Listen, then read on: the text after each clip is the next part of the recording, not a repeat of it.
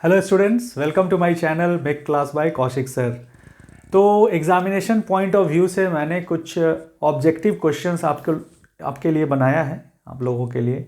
तो वो काफ़ी इम्पोर्टेंट है और यदि आप इससे करके जाते हैं तो एग्जैक्टली 90% क्वेश्चंस तो कंफर्म आपको इससे मिलेंगे ही मिलेंगे।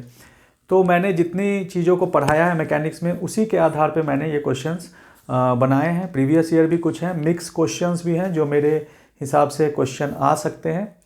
तो चलिए हम लोग देखते हैं। यहाँ पे कुछ चीज़ें आपको नहीं दिख रही होंगी, मैं इनको डिस्कस कर दूंगा, फिर धीरे धीरे एडजस्ट करते करते हम लोग लाइट्स वगैरह को एडजस्ट करेंगे, फिर आपको सारी चीज़ें क्लियर होगी। अभी मैं फिर से रीस्टार्ट कर रहा हूँ, तो जो एग्जामिनेशन पॉइंट ऑफ व्यू से सबसे ज़्यादा ज़रूरी है उनको पहले कवर करते हैं, फिर टेक्निकल पॉइंट ऑफ व्यू से आएंगे, फिर है ना।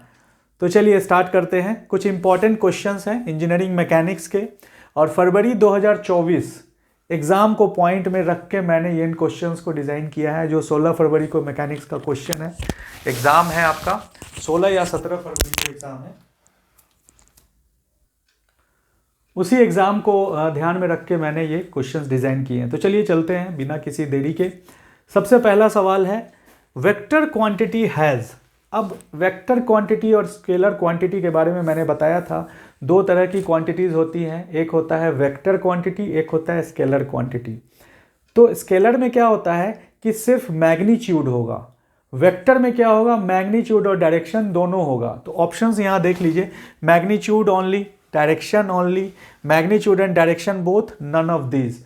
तो बहुत ही आसान सा सवाल है, इसका सही आंसर क्या होगा, मैग्नीट्यूड एंड डायरेक्शन बोथ, क्योंकि इसमें मैग्नीट्यूड भी होता है और डायरेक्शन भी होता है, मान भी होगा और दिशा भी होगी। ठीक है, ये दिशाहीन नहीं हो सकता है। वेक्टर क्वांटिटी जब भी होगा वो मान और दिशा के साथ ही होगा, जैसे कि एग्जांपल आपका फोर्स होता है।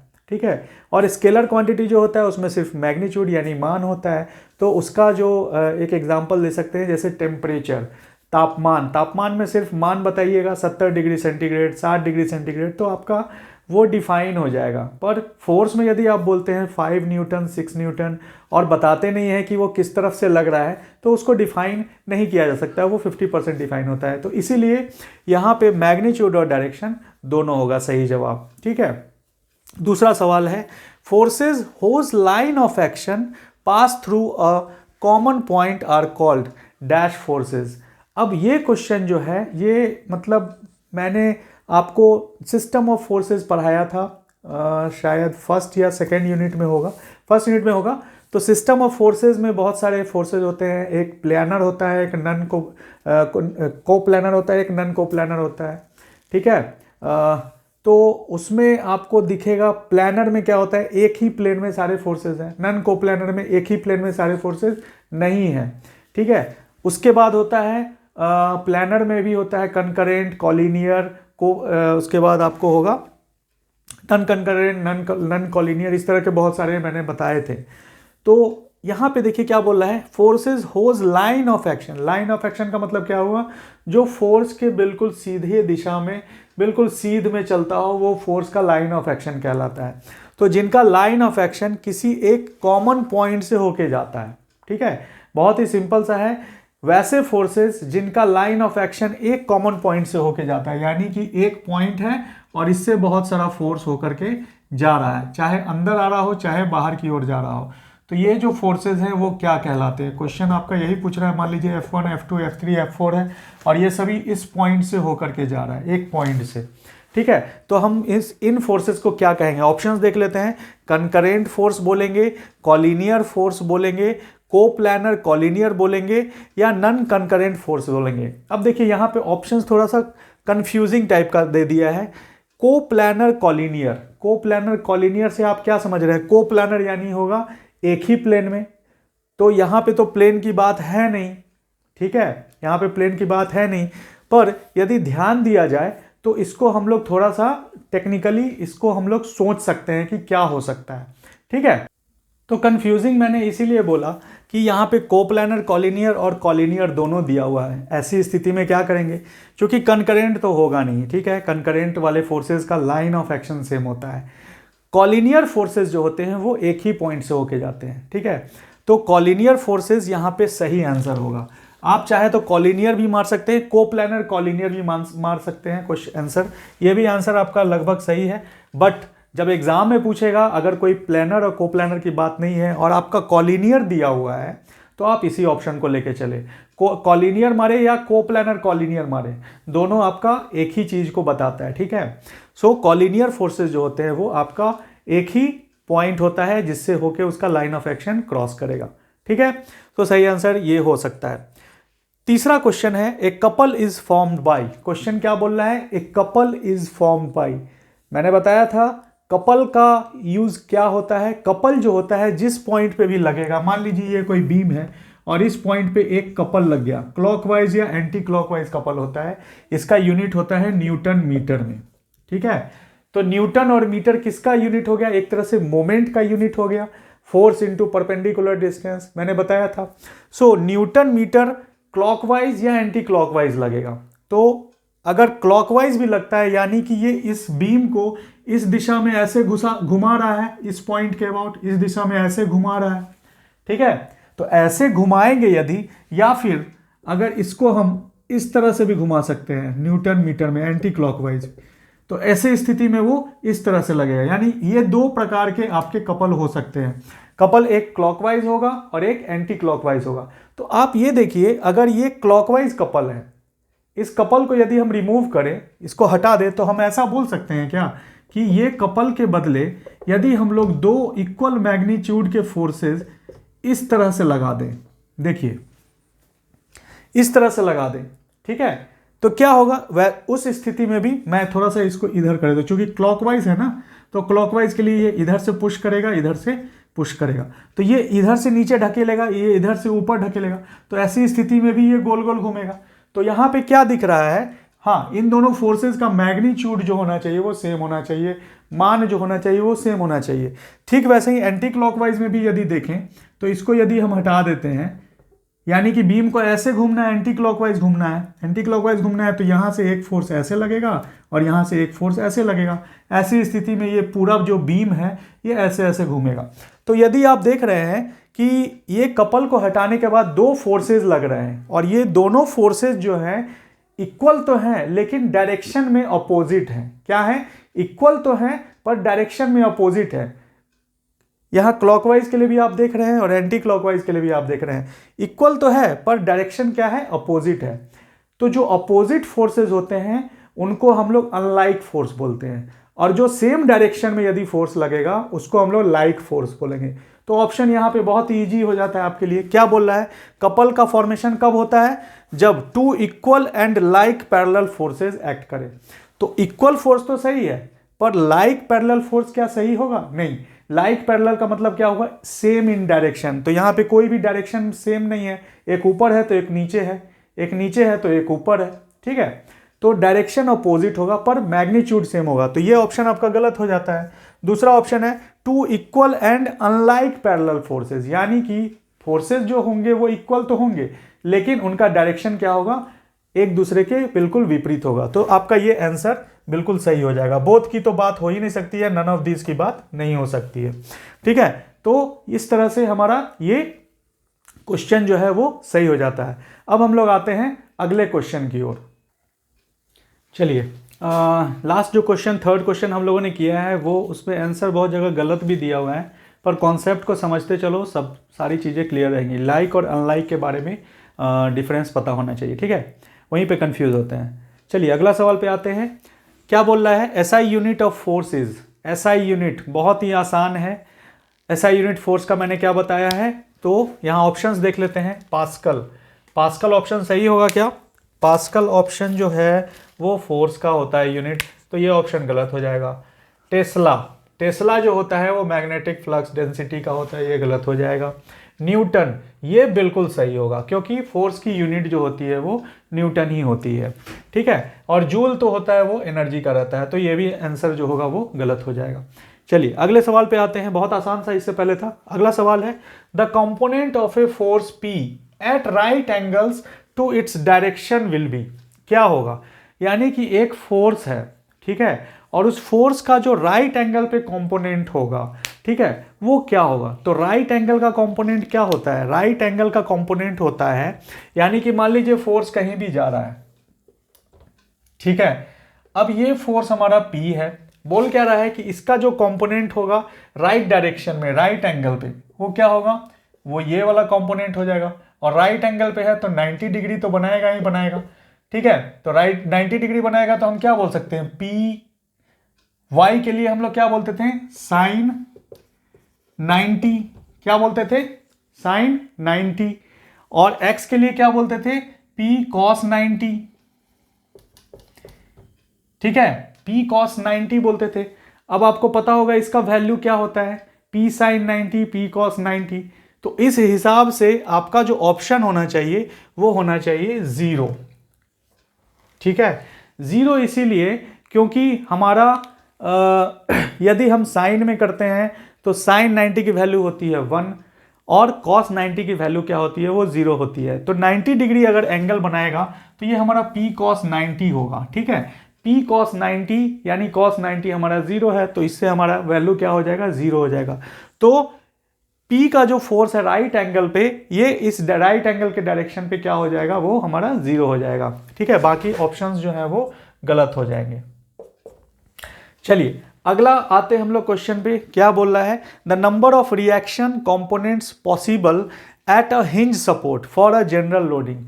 यानी क्या बोल रहा है? हिंज सपोर्ट पे, किसी जनरल लोडिंग में हिंज सपोर्ट पे कितने नंबर ऑफ रिएक्शंस हम लगाते हैं। तो मैंने बताया था हिंज सपोर्ट पे क्या होता है? 2 नंबर ऑफ रिएक्शंस लगते हैं, एक वर्टिकल लगता है और एक हॉरिजॉन्टल लगता है। यानी कि अगर हिंज सपोर्ट है तो आपका कुछ इस प्रकार का होगा, हिंज सपोर्ट ग्राउंडेड रहता है। इसको यदि हटाते हैं तो इसके जगह पे क्या आता है? एक आता है आपका RA और दूसरा आता है आपका HA, अगर पॉइंट A पे हमारा लग रहा है तो, ठीक है। तो किसी जनरल लोडिंग में 2 तरह के सपोर्ट्स आएंगे, तो यहां पे जो आंसर होगा वो हो जाएगा हमारा 2, 1 नहीं होगा, 3 नहीं होगा और नन ऑफ दीज तो नहीं ही होगा, ठीक है। चलिए हम लोग अगले क्वेश्चन की ओर आगे बढ़ते हैं।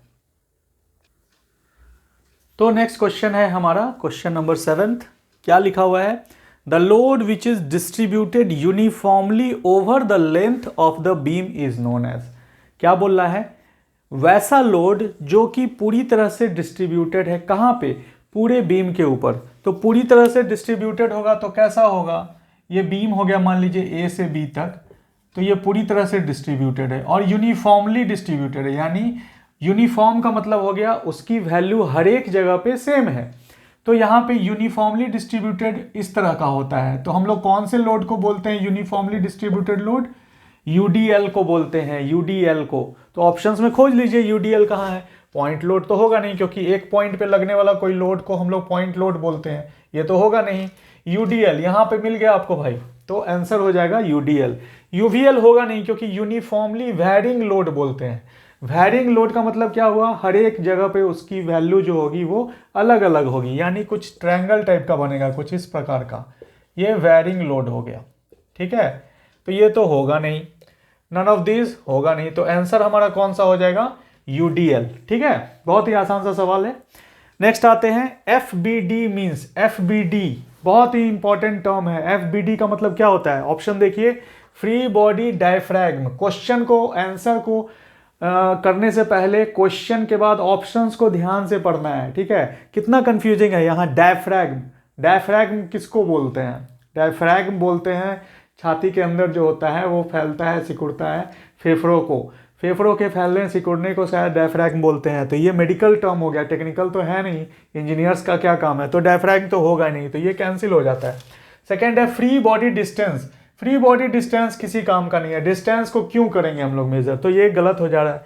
अगला है फ्री बॉडी डायग्राम, बिल्कुल सही है, फ्री बॉडी डायग्राम आपका सही।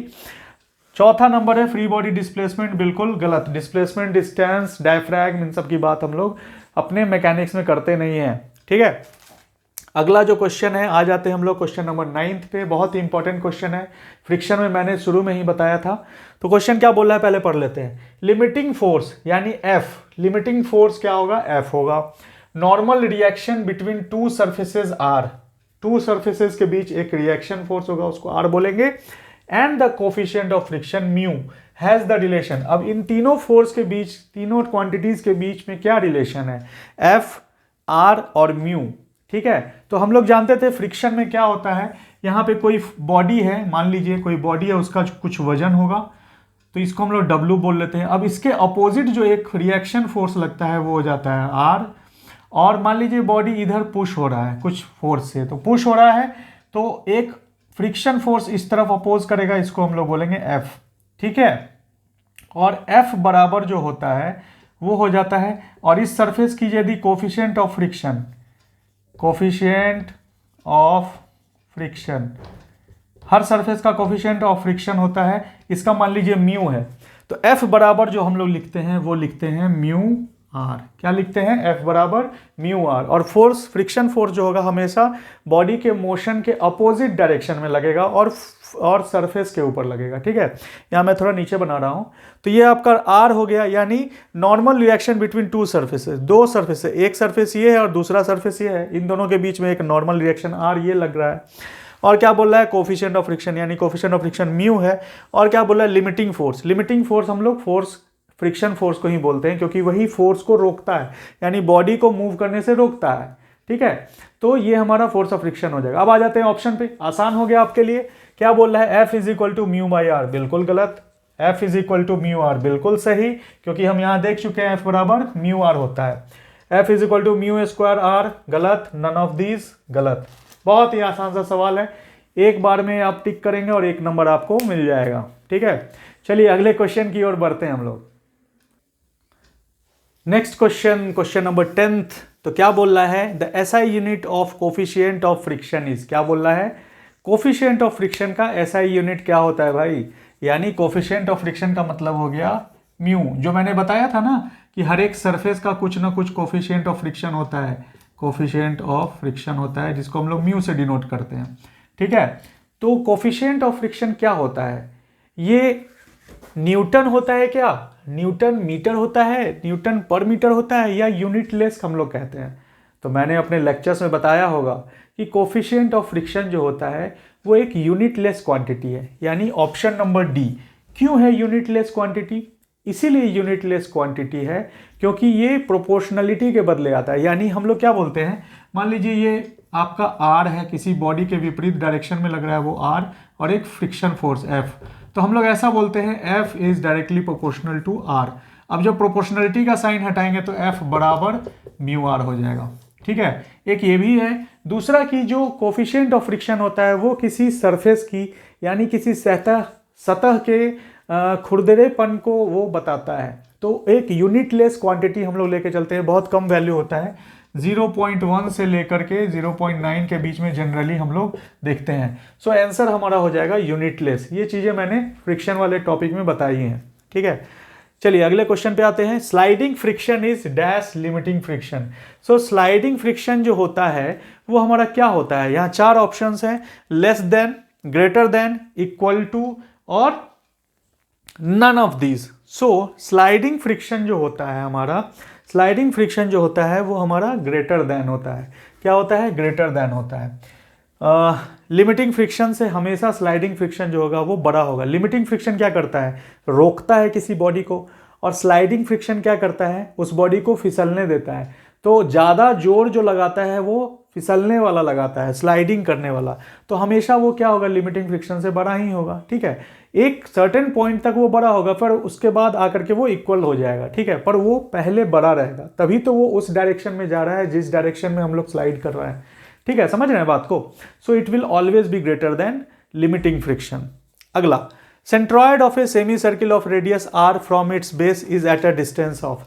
ये यूनिट मैं अभी नहीं पढ़ाया हूं, बट इसका जो आंसर होगा वो होगा 4r/3 पाई।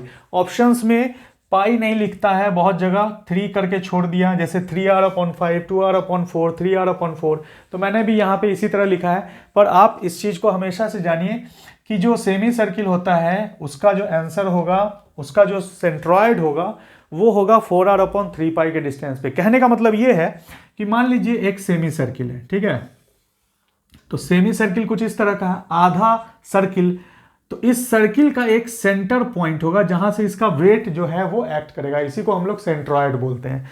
तो इस पॉइंट का लोकेशन पूछ रहा है CG, इसको सेंटर ऑफ ग्रेविटी बोलते हैं। जनरली प्लेन फिगर के लिए सेंट्रॉयड होता है और जो सॉलिड फिगर्स होते हैं उनके लिए सेंटर ऑफ ग्रेविटी होता है। मैं एक बार पढ़ाऊंगा, अगर समय मिलेगा तो मैं सेंट्रॉयड और मोमेंट ऑफ इनर्शिया शायद नहीं पढ़ना है, सेंटर ऑफ ग्रेविटी और सेंट्रॉयड पढ़ना है, तो मैं उसको जरूर से बताऊंगा, ठीक है। पर अभी के लिए आप, चूंकि एग्जाम है आपका, तो आप इसको जान लीजिए कि ये जो डिस्टेंस होता है, यहाँ पूछ रहा है फ्रॉम इट्स बेस, तो बेस हमारा ये हो गया, तो यहां से जो इसकी दूरी होती है वो कितनी होती है, 4r/3π। कितनी होती है, 4r/3π। तो इस हिसाब से ऑप्शन डी हमारा सही हो जाएगा। बाकी ऑप्शन 3r/4, 2r/4, 3r/5 ये आपका गलत हो जाएगा। हमेशा याद रखिए सेमी सर्किल का जो होता है वो 4r/3π होता है, ठीक है। चलिए अगले सवाल की ओर आते हैं हम लोग। चलिए अगला question, question number 13। So centre of gravity of a sphere lies at. क्या बोल रहा है, सेंटर ऑफ ग्रेविटी। मैंने इससे पहले बताया था सेंट्रॉयड होता है प्लेन फिगर्स के लिए, यानी triangle, rectangle, circle, semi circle. और जैसे ही प्लेन फिगर्स के, सॉलिड फिगर्स की बात होगी जिसमें स्फीयर आएगा, हेमीस्फीयर आएगा, कोन आएगा, सिलेंडर आएगा, तो ये सब जो है ये आपका सॉलिड में आ जाएगा। जैसे ही सॉलिड की बात होगी तो हम लोग बोलेंगे सेंटर ऑफ ग्रेविटी। तो वही क्वेश्चन है हमारा, centre of gravity of a sphere lies at. अब स्फीयर को हम अगर 2D में देखेंगे तो क्या दिखेगा, एक गोल सा दिखेगा सर्किल की तरह। तो क्या बोल रहा है, इसका सेंटर ऑफ ग्रेविटी कहाँ होना चाहिए, बिल्कुल इसके सेंटर पे होना चाहिए, ठीक है। तो क्वेश्चन का आंसर आपको यहाँ मिल जाएगा ऑप्शन में। ऑप्शन ए है हमारा सेंटर अवे फ्रॉम सेंटर, यानी सेंटर से दूर। सेंटर से दूर तो है नहीं, तो हमारा ऑप्शन ए जो होगा वो सही हो जाएगा। बी गलत हो जाएगा, सी गलत, बोथ ए एंड बी तो होगा नहीं, नन ऑफ दीज जो होगा वो तो होगा ही नहीं, ठीक है। तो बहुत आसान सा सवाल है। अगला सवाल 14 number, a beam whose one end is hinged and other end in on roller is known as. मैंने इस पे बहुत सारे सवाल कराए हैं। क्या बोल रहा है कि एक बीम है, ए बी बीम है, इसका एक छोर जो है, वन एंड जो है वो आपका हिंज्ड पे है और दूसरा एंड जो है वो रोलर पे है, ठीक है। इसमें चक्के लगे हुए हैं, यहाँ सपोर्ट दिया हुआ और चक्के लगे हुए हैं। तो इस तरह के बीम को क्या बोलते हैं, तो मैंने बताया था इस तरह के बीम को क्या बोलेंगे, फिक्स बीम तो बोलेंगे नहीं, क्योंकि दोनों तरफ तो फिक्स है नहीं, एक तरफ फिक्स है दूसरी तरफ रोलर है तो मूव कर सकता है, तो फिक्स तो आपका होगा नहीं। कंटिन्यूअस उसको बोलते हैं जो बिल्कुल कंटिन्यूअस रहता है, उसमें बहुत सारे सपोर्ट रहते हैं बट वो कंटिन्यूअस रहता है, तो ये भी आपका गलत हो जाएगा। सिंपली सपोर्टेड बहुत बार मैंने कराया है, सिंपली सपोर्टेड बीम जो होगा वो सही आंसर हो जाएगा। और डी जो है कैंटिलीवर। कैंटिलीवर जो होता है उसमें एक साइड पे रहता है सपोर्ट। क्या रहता है, कैंटिलीवर में सिर्फ एक साइड पे सपोर्ट रहेगा, दूसरा साइड जो रहेगा वो बिल्कुल फ्री रहेगा, इसको कैंटिलीवर बोलते हैं। तो ये तो है नहीं, इसीलिए चौथा ऑप्शन भी हमारा गलत हो जाएगा। तो आंसर होगा हमारा question number option number C, ठीक है। अगले क्वेश्चन पे आते हैं। क्या बोल रहा है, branch of mechanics which relates two bodies at rest is called. वैसे मैकेनिक्स के वो भाग जो हमें क्या पढ़ाते हैं, जब बॉडी स्थिर है उस वक्त उसके बारे में हम लोगों को बताते हैं। तो मैंने स्टार्टिंग में ही, लेक्चर्स के स्टार्टिंग में ही बताया था कितने तरह के होते हैं ब्रांच मैकेनिक्स के। एक होता है स्टैटिक्स होता है, एक डायनामिक्स होता है। तो स्टैटिक्स का मतलब क्या हुआ, बॉडीज एट रेस्ट। डायनामिक्स का मतलब क्या हुआ, बॉडीज इन मोशन, यानी मोशन में जब बॉडीज रहेंगी उसके बारे में जब हम पढ़ेंगे तो उसमें आ जाएगा फोर्स, वेलोसिटी, एक्सेलरेशन, सारी चीज़ें आ जाएंगी। तो वो चीज़ें हम लोगों को सिलेबस में पढ़नी है ही नहीं। तो क्या है हमारा, स्टैटिक्स ऑप्शन पढ़ना है। तो स्टैटिक्स जो है वो हमको रेस्ट के बारे में बताता है। तो ये जैसे ही आप रेस्ट देखें, बॉडीज एट रेस्ट, आप मार दीजिए स्टैटिक्स आंख मूंद के। डायनामिक्स गलत हो जाएगा, काइनेमेटिक्स गलत हो जाएगा, काइनेटिक्स गलत हो जाएगा। काइनेमेटिक्स और काइनेटिक्स जो है वो बाद में आते हैं। डायनामिक्स के दो पार्ट हो गए, यानी मोशन में आएगा तब काइनेमेटिक्स और काइनेटिक्स की बात करेंगे, पर मोशन में तो है ही नहीं, स्टैटिक्स है, बॉडी एट रेस्ट है, तो हमारा आंसर जो हो जाएगा वो स्टैटिक्स हो जाएगा। ठीक है, आसान सा सवाल था। चलिए अगले सवाल की ओर आते हैं हम लोग। चलिए नेक्स्ट क्वेश्चन है हमारा, बहुत ही थोड़ा सा ये क्वेश्चन जो है आपके 5th यूनिट से कंसर्न है, वो मैंने पढ़ाया नहीं है पर उसको भी मैं कवर करूंगा अपने इस ऑब्जेक्टिव में, भी बहुत सारी बातें बताऊंगा, आप इसको सीख सकते हैं, बहुत आसान सा है। क्या बोल रहा है, a machine is said to be ideal if its efficiency is. क्या बोल रहा है, एक मशीन को हम तब आइडियल बोलेंगे जब उसकी क्षमता कितनी होगी। तो आइडियल का मतलब क्या हुआ, आइडियल का मतलब हो गया परफेक्ट। आइडियल हम लोग किसको बोलते हैं, जो बिल्कुल परफेक्ट है, जिसको हम फॉलो करना चाहते हैं। तो हमारे मैकेनिक्स टर्म में या किसी भी सब्जेक्ट में आइडियल बहुत सारी चीज़ें होती हैं, वो सिर्फ और सिर्फ आपके थ्योरेटिकल पॉइंट ऑफ व्यू से सही होता है, पर रियल में उसकी चीज़ें जो होती है वो डिफरेंट होती है। तो आइडियल इसीलिए मानते हैं क्योंकि वो होना चाहिए, और उससे यदि एरर आ जाता है, कुछ कम हो जाता है, तो वो आइडियल नहीं हुआ, वो रियल हो गया। ठीक है। सो आइडियल में हम लोग जब बात करेंगे, एक मशीन तब आइडियल कहलाएगा जब उसकी क्षमता कितनी होगी। आप सोच सकते हैं अगर उसकी क्षमता 100% होगी तभी वो आइडियल कहलाएगा। तो हमारा ये ऑप्शन जो है 100% वो हमारा सही हो जाएगा। 50% तो होगा नहीं, 75 नहीं, और 25% की तो बात ही नहीं करेंगे। जब वो 100% अधिक क्षमता वाला नहीं होगा तो वो आइडियल कैसे कहलाएगा। ठीक है। सो इसीलिए 100% होगा। अगले क्वेश्चन में आते हैं। Velocity ratio of a third system of pulley having 3 pulleys is. बहुत ही इंपॉर्टेंट क्वेश्चन, ये आपके लिफ्टिंग मशीन्स में ही आएगा जिसमें बहुत सारी पुलीज लगी होती हैं। पुलीज किसको बोलते हैं? पुलीज उसको बोलते हैं जिसके ऊपर से हम लोग रोप को, ऐसे कोई रस्सी को हम लोग इस तरह से लपेट देते हैं, जैसे ये पुलीज हो गया। ठीक है। तो ये पुल्ली क्या काम करता है? अगर मान लीजिए इधर से हम लोग इसको खींचेंगे तो ये हेल्प करेगा, ये घूमता है पुल्ली, है ना। इधर खींचेंगे तो ये इधर घूमेगा, और ये इधर घूमेगा तो ये इधर घूमेगा। ठीक है। यानी इधर उधर नहीं करें हम लोग, क्लॉकवाइज एंटी क्लॉकवाइज कहें, तो इनको हम लोग पुल्लीज बोलते हैं। तो क्या बोल रहा है, अगर 3 पुल्लीज हैं तो उनका वेलोसिटी रेशियो क्या होगा? वेलोसिटी रेशियो बराबर होता है डिस्टेंस मूव्ड बाय लोड या डिस्टेंस मूव्ड बाय एफर्ट। इन दोनों का जो रेशियो होगा उनको हम लोग जो है वेलोसिटी रेशियो बोलते हैं। तो डिस्टेंस मूव्ड इसमें कितना होगा? एक बार में मूव करेगा तो 2πr, यानी सरकमफ्रेंस के हिसाब से मूव करेगा अगर रेडियस r है तो। अब इसको हम लोग छोड़ देते हैं। बोल क्या रहा है कि velocity ratio of A third system of pulley, यानी तीसरा जो सिस्टम होगा पुली का, अगर 3 पुली लगे हुए हैं तो उनमें वेलोसिटी रेशियो क्या होगा? तो सिंपल सा वेलोसिटी रेशियो का यहाँ एक फॉर्मूला होता है, VR बराबर होता है 2n-1, जो कि n बराबर होता है नंबर ऑफ पुलीज के, यानी कितने नंबर ऑफ पुलीज हैं। तो n कितने हैं आपके यहाँ पे? 3 पुली। 3 पुली की बात कर रहे हैं हम लोग, having 3 pulleys.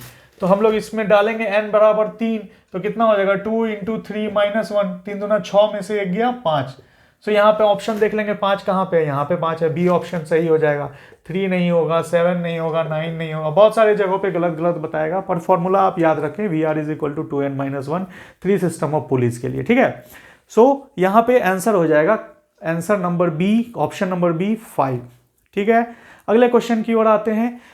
Mechanical advantage of a machine is expressed as. Mechanical advantage, ये 2 टर्म्स, एक मैकेनिकल एडवांटेज और एक वेलोसिटी रेशियो, बहुत ही ज्यादा इंपॉर्टेंट है। तो समझते हैं मैकेनिकल एडवांटेज क्या होता है। मैकेनिकल एडवांटेज, मैकेनिकल टर्म है तो ऑब्वियसली हम लोग क्या करेंगे? फोर्स की बात करेंगे, है ना। टेंशन, कंप्रेशन, ये सब फोर्स में आएंगे, मैकेनिकल टर्म्स है। एडवांटेज, एडवांटेज का मतलब क्या हुआ? आप लोग अपने जनरल टर्म में बोलते होंगे एडवांटेज लिया, है ना, किसी ने उसका फायदा लिया। तो मशीन्स क्या करते हैं, क्या बोल रहा है, किसी भी मशीन का जो मैकेनिकल एडवांटेज होगा उसको हम लोग किस तरह से निकाल सकते हैं? उसको हम लोग इस तरह से निकाल सकते हैं कि हम लोगों ने कितना लोड दिया, या हम लोग कितना लोड को उठा रहे हैं, और उस लोड को उठाने में कितना हम लोग एफर्ट लगा रहे हैं। मशीन का मतलब क्या हुआ? जैसे स्क्रू जैक है, स्क्रू जैक क्या करता है? जब भी गाड़ी आपकी पंक्चर होती है 4 व्हीलर, तो आप क्या करते हैं? स्क्रू जैक लगाते हैं और उतने हैवी व्हीकल को उठा लेते हैं। तो स्क्रू जैक जो होता है उसमें हम बहुत ही कम वजन लगाते हैं, ऐसे ऐसे गोल गोल घुमाते हैं, शायद 10 न्यूटन 20 न्यूटन का फोर्स लगा करके हम लोग उतना हैवी 100-200 न्यूटन के बॉडी को जो है लिफ्ट अप कर देते हैं। तो हमारा काम कितना हो रहा है? 200 को उठा रहे हैं और 10 ही न्यूटन लगा रहे हैं। तो क्या कर रहे हैं हम लोग? मैकेनिकल एडवांटेज हमको प्राप्त हो रहा है, यानी उस 100 न्यूटन या 200 न्यूटन को उठाने के लिए हम लोग को 100 न्यूटन का फोर्स नहीं लगाना पड़ रहा है। हम लोगों को कितना लगाना पड़ रहा है? मात्र 10 से 20 न्यूटन 30 न्यूटन। किसकी मदद से? तो स्क्रू जैक की मदद से। तो स्क्रू जैक हमारा क्या हो गया? एक मशीन हो गया। तो मशीन के द्वारा हमें वो मैकेनिकल एडवांटेज प्राप्त हुआ। समझ में आया? अब मोटा मोटी जब समझ में आ गया तो आप आंसर भी बता सकते हैं। क्या होगा भाई? सो आंसर ऑप्शन में है load upon effort, output upon input, both A and B and none of this. तो यहाँ मैकेनिकल एडवांटेज की बात है, लोड्स की बात होगी, तो हम यहाँ पे कह सकते हैं लोड अपॉन एफर्ट जो है वो आपका आंसर सही हो जाएगा। आउटपुट अपॉन इनपुट जो है वो गलत हो जाएगा। बोथ ए एंड बी तो होगा नहीं, नन ऑफ दीज तो होगा नहीं। हालांकि बहुत जगह आउटपुट अपॉन इनपुट को भी हम लोग प्रेफरेंस देते हैं, पर जहाँ भी लोड की बात आएगी, मैकेनिक्स में आप क्वेश्चन सॉल्व कर रहे हैं तो इसमें लोड अपॉन एफर्ट ही आप क्वेश्चन में आंसर देंगे। ठीक है, अब जो 2 क्वेश्चंस है लास्ट के वो जल्दी जल्दी कर लेते हैं, 20 क्वेश्चंस हम लोगों को करना है। ठीक है, चलिए क्वेश्चन नंबर 19 पे आते हैं। तो क्या बोलता है, the resultant of 2 forces P and Q acting at an angle phi is called. यानी 2 फोर्स हैं P और Q और उन दोनों के बीच का एंगल क्या है, फाई है। यहीं पे बना देते हैं छोटा सा, 2 फोर्स है हमारा P एंड Q और उनके बीच का एंगल क्या है, फाई है। तो इन दोनों फोर्स का जो रिजल्टेंट होगा उसका वैल्यू किससे हम लोग निकालते हैं, बहुत ही आसान है, law of parallelogram of forces से हम लोग निकाल चुके हैं। सो क्या होता है, क्या वो R बराबर √p² plus q² plus 2pq sine phi होगा, बिल्कुल नहीं होगा, गलत होगा। R is equal to √p² plus q² plus 2pq cos phi होगा, बिल्कुल सही होगा, कॉस फाई याद रखेंगे, कॉस फाई होता है हमारा। C तो होगा नहीं, बोथ ए एंड बी नहीं होगा, नन ऑफ दीज तो नहीं होगा। ठीक है, तो ये आसान सा सवाल था, law of parallelogram of forces के ऊपर बेस्ड है, मैंने बहुत अच्छे से बताया है, उसको आप पढ़ लेंगे, वीडियो को देख लेंगे, फर्स्ट या सेकेंड यूनिट में होगा। ठीक है, क्वेश्चन नंबर 20 पे आते हैं। क्या बोल रहा है, the effect of moment on a body is, यानी मोमेंट का बॉडी के ऊपर क्या इफेक्ट होता है। मतलब कहने का ये है, मान लीजिए कोई एक बीम है, बीम बॉडी को भी बोल सकते हैं, और एक फोर्स लग रहा है हमारा F, कितने डिस्टेंस पे लग रहा है, ये A हो गया, ये हमारा B हो गया। ठीक है, और ये 2 मीटर और ये 2 मीटर पे लग रहा है, मान लीजिए 5 न्यूटन का फोर्स लग रहा है। ठीक है, तो अगर मोमेंट A के अबाउट हम लोग को लेना है तो हम क्या देखेंगे, 5 न्यूटन कैसे घुमा रहा है A के अबाउट क्लॉकवाइज, तो ये हमारा प्लस होगा, और कितने डिस्टेंस पे, परपेंडिकुलर डिस्टेंस क्या है, 2 metre, so it is 10 newton metre. C पे देखेंगे तो क्या होगा, 5 × 0 यानी 0 न्यूटन मीटर, और B पे देखेंगे तो क्या होगा, ये एंटी क्लॉकवाइज घुमाएगा B के अबाउट, तो -5 × 2 यानी -10 न्यूटन मीटर। ये मोमेंट के वैल्यूज आएंगे। अब इससे हमको क्या समझ में आ रहा है कि मोमेंट क्या कर रहा है, किसी भी पॉइंट के अबाउट किसी बॉडी को जो है वो रोटेट करवा रहा है। ठीक है, टर्न करवा रहा है, रोटेट करा रहा है, टर्न करा रहा है। तो यहाँ पे ऑप्शंस देख लेते हैं, टू मूव इट, मूव करवा रहा है क्या, मूव तो करवा रहा है भाई, चलो देखते हैं। टू टर्न इट, बेसिकली वो टर्न करवा रहा है, तो यहाँ पे जो सही ऑप्शन होना चाहिए टर्न होना चाहिए। मूव है, टर्न है, इन दोनों को भी हम सही मान सकते हैं, पर जो एग्जैक्ट आंसर होगा वो हमारा होगा टू टर्न इट, किसी भी डायरेक्शन में क्लॉकवाइज या एंटी क्लॉकवाइज हम उसको घुमाते हैं। तो हमारा ये बोथ ए एंड बी गलत हो जाएगा, ए नहीं लेके चलेंगे, और बी जो है नन ऑफ दिस वो गलत होगा ही होगा। ठीक है, तो ये 20 प्रश्न जो है बहुत ही जरूरी हैं, आवश्यक हैं, आप इनको देख के जाएंगे, कंफर्म आपका 90%, यानी कि 18 क्वेश्चन, 15 से 18 क्वेश्चन तो है, बिल्कुल लड़ेंगे ही लड़ेंगे, और भी क्वेश्चंस मैं कराऊंगा आगे, पर ये बहुत बेसिक चीज़ें हैं, बेसिक क्वेश्चन से मैंने स्टार्ट किया है, आगे और भी क्वेश्चंस आएंगे, क्वेश्चन के दौरान ही मैं समझाता चलूँगा, आपको सारी चीज़ें क्लियर होती जाएंगी। एक और बात मैं बता देना चाहता हूँ कि आपके जो भी प्रश्न हैं, यदि आप किसी क्वेश्चन में कंफ्यूज हो जा रहे हैं तो आप उनको कमेंट बॉक्स में डालिए, या कोई सजेशन देना चाहें, अगर आप चाहते हैं कि मैं किसी और चीज़ को डिस्कस करूं, कोई पर्टिकुलर क्वेश्चन को डिस्कस करूं, या किसी टॉपिक को डिस्कस करूं, वैसे मैं सिलेबस कवर करने की कोशिश करूंगा, पर समय कम है तो हम लोग क्वेश्चंस जो इंपॉर्टेंट है उन पर ध्यान देंगे, उनको कैसे बनाना है उन पर ध्यान देंगे, चाहे वो सिलेबस कवर किया हुआ हो चाहे नहीं किया हो, पर बेसिकली अभी हम लोग एग्जाम पॉइंट ऑफ व्यू से पढ़ रहे हैं। पर फिर भी यदि आपको किसी भी टॉपिक में कोई समस्या है, आप मुझे कमेंट बॉक्स में बताइए, मैं निश्चित रूप से आपको वो चीज़ पढ़ाऊंगा। ठीक है, तो ये सारे क्वेश्चंस आप शेयर कीजिए सभी लोगों के साथ, सभी जो स्टूडेंट्स हैं जिनको ज़रूरत है उन सभी के साथ इस चैनल के सारे वीडियोज़ को शेयर कीजिए, और अच्छे से पढ़िए, बढ़िया से एग्ज़ाम दीजिए, और कौशिक सर का नाम रोशन कीजिए, अपने संस्थान का नाम रोशन कीजिए, माँ बाप का नाम रोशन कीजिए। चलिए, all the best from Kaushik sir. मैं इसी तरह आपके साथ रहूँगा हर एक जगह पे, अभी से मैं लगातार कंटिन्यूअस कोशिश करूँगा कि आपके साथ मैं बना रहूँ। ठीक है, चलिए मिलते हैं हम लोग अगले लेक्चर में, अगले वीडियो लेक्चर में मैं कुछ और क्वेश्चंस के साथ आऊँगा। तब तक के लिए signing off, bye bye, take care.